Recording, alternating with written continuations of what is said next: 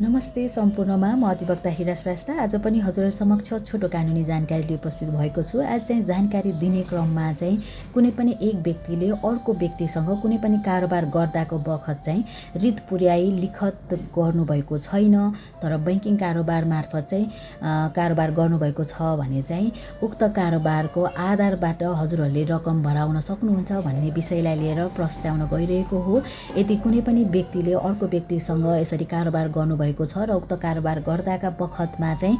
यदि रित पुर्याई लिखत गर्नुभएको छैन भने हाम्रो कानुनमा के कुरा उल्लेख गरिएको छ भन्दाखेरि यदि कुनै पनि कारोबार गर्दाको बखत चाहिँ रित पुर्याएर लिखत नगरे पनि कुनै लिखत बैंकिङ कारोबार विनिमय अधिकार पत्र चेक भाउचरबाट वा सोही खातामा लेखिएको बेहोराबाट कुनै व्यक्तिसँग लेनदेन भएको कुरा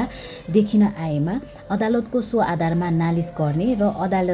अदालतले चाहिँ व्यक्तिलाई ऋणीबाट त्यस्तो रकम भराइदिन सक्नेछ भन्ने कुरा चाहिँ प्रष्ट रूपमा दफा 488 मा चाहिँ लेनदेन गरेको देखिएमा रकम भलाइदिने भन्ने विषयलाई प्रष्ट रूपमा उल्लेख गरिएको छ। यदि हजुरहरूको पनि यसरी नै कारोबार गर्नुभएको छ र हजुरसँग कुनै रित पुर्याएर गर्नुभएको लिखत छैन तर बैंकिङ मार्फत चाहिँ कारोबार गर्नुभएको छ भने चाहिँ हजुरहरूले ब्याङ्कबाट ब्याङ्क स्टेटमेन्ट ल्याएर चाहिँ उक्त कुरालाई नै प्रमाणको रूपमा राखेर चाहिँ हजुरहरूले मुद्दा दायर गर्न सक्नुहुनेछ र रकम भराउन सक्नुहुनेछ। यसको हद म्याद भन्नुपर्दा चाहिँ हजुरहरूले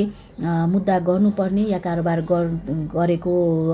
समयको अवधिबाट 1 वर्षभित्र चाहिँ नालिस गर्नुपर्ने हुन्छ र यदि हजुरहरूले कारोबार गरेको बखतबाट 1 वर्ष चाहिँ पार भइसक्यो भने चाहिँ हजुरहरूको 1 वर्ष पछाडि चाहिँ उक्त मुद्दा दायर हुन सक्दैन। हस्त नमस्ते।